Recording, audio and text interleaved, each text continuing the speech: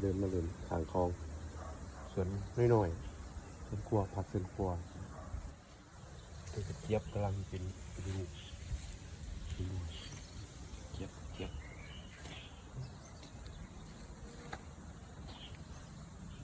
เคยไปตู่ไหมโหระพาขาวสะระเนเพียลุงนอนลุงกินใบมันสะระเนไปเขียวตึกเลยโอ้ต้นเล็กๆดอกไว้เนี่ยมะกรูดขาตะไคร้ขาไม่มีแค่ตะไคร้มะนาวไร้เมล็ดนี่พริกอย่างดุกเลยครับพริกตุ่นเก่าปีที่แล้วนะ